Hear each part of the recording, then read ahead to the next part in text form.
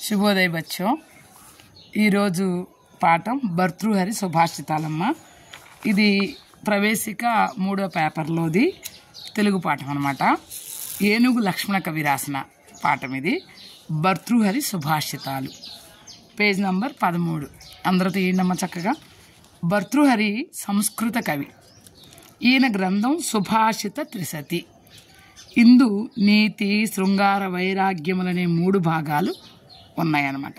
భర్తృహరి సుభాషితాలని తెలుగులోకి అనువదించిన వారిలో ఏనుగు లక్ష్మణ కవి ఒకరు. ఈయన సుభాషితాలని యథామూలంగా, మనోహరంగా, ఆ తర్వాత ప్రౌఢ శైలిలో, సందర్భోచిత సముచిత శైలిలో మూలకవి హృదయాన్ని అర్థం చేసుకొని రచించాడనమాట.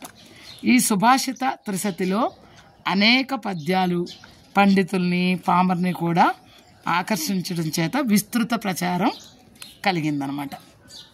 అర్థమైందమ్మా? ఇప్పటివరకు కవి గురించి చెప్పుకున్నాం. భర్తృహరి సుభాషితాలని ఏనుగు లక్ష్మణ కవి తెలుగులో అనువదించడం జరిగిందనమాట. ఇక్కడ చూడండి, పద్యాలు చూడండి ఒకసారి.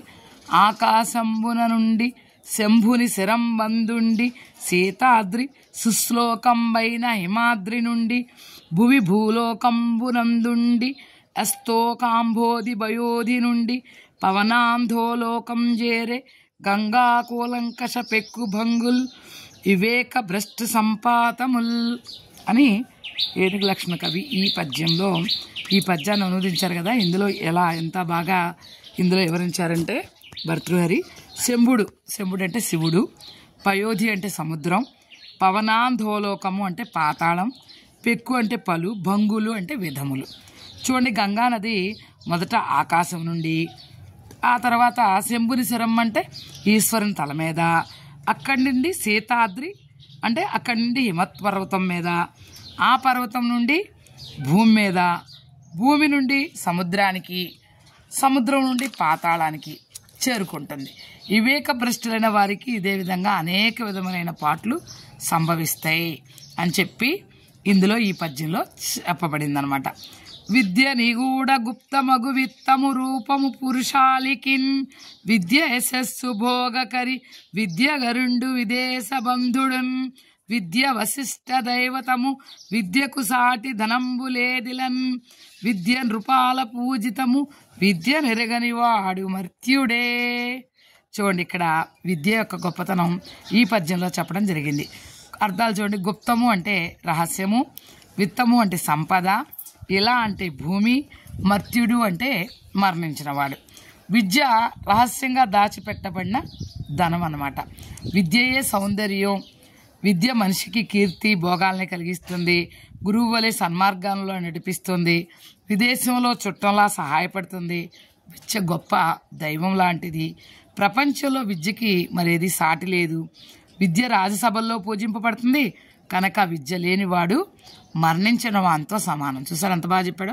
కాబట్టి ప్రతి ఒక్కళ్ళు కూడా ఏదో ఒక విద్యను కలిగి ఉండాలి. ఇక్కడ విద్య అంటే కేవలం చదివే కదమ్మా, అన్ని రకాల విద్యలు వస్తాయి అన్నమాట.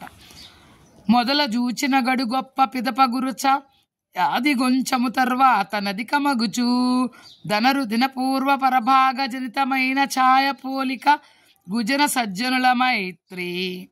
చూడండి, ఇందులో దుర్మార్గుల యొక్క స్నేహం ఎలా ఉంటుంది అనేది చాలా చక్కగా ఈ పద్యంలో వివరించడం జరిగింది. దుర్మార్గుల స్నేహం మొదట ప్రాతకాలపు నీడల విస్తారంగా ఉండి తర్వాత క్రమక్రమంగా క్షీణిస్తుంది అన్నమాట. అంటే ప్రాతకాలపు నీడల విస్తారంగా ఉంటుంది, తర్వాత ఏమవుతుంది, మధ్యాహ్నం వయసరికి నిట్ట నిలువుగా వస్తుంది కదా, ఆ విధంగా క్షీణిస్తుంది. సజ్జంతో స్నేహం సాయంకాల నీడ వలె మొదట చిన్నదిగా ఉండి క్రమక్రమంగా వృద్ధి పొందుతూ ఉందన్నమాట. చూసారు రెండింటికి తేడా.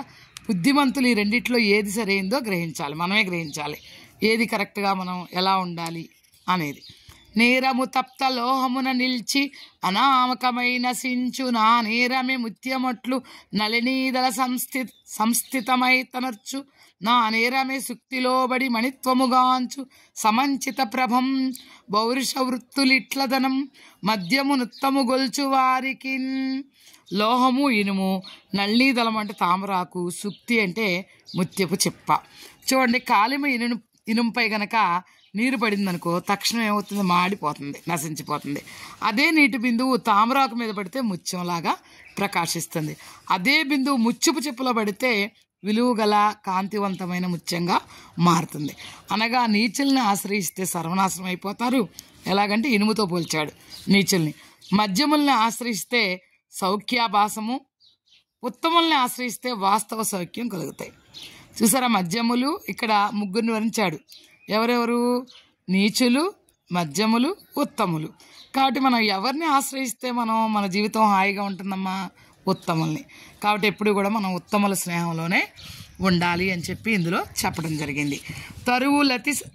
తరువులతి రస ఫలభార గురుతుగాంచు నింగి వ్రేలుచు నమృతమసంగు మేఘండుద్ధతులగారు బుధులు సమృద్ధి చేత జగతి నుపకర్తలకు నిధి సహజ గుణము. వృక్షాలు ఫలాలు కలిగినప్పుడేమో వంగి ఉంటాయి. నీటితో నిండిన మేఘాలు కూడా బరువు కలిగి కిందకి ఏలాడుతూ ఉంటాయి. అలాగే ఉత్తములు సంపద కలిగినప్పుడు కూడా గర్వించరనమాట.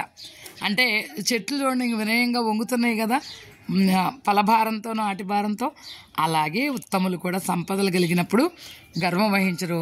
ఇది పరోపకారాయణుల స్వభావము. ఇతరులకు సహాయం చేసేవాళ్ళు. ఆ మేఘాలు ఇతరులకు సహాయం చేస్తాయి, అలాగే చెట్లు ఇతరులకు సహాయం చేస్తాయి. చూసారా, మంచి మంచి పళ్ళు కనిపిస్తున్నాయా మీకు? మామిడికాయలు కాసేసి కనిపిస్తున్నాయా?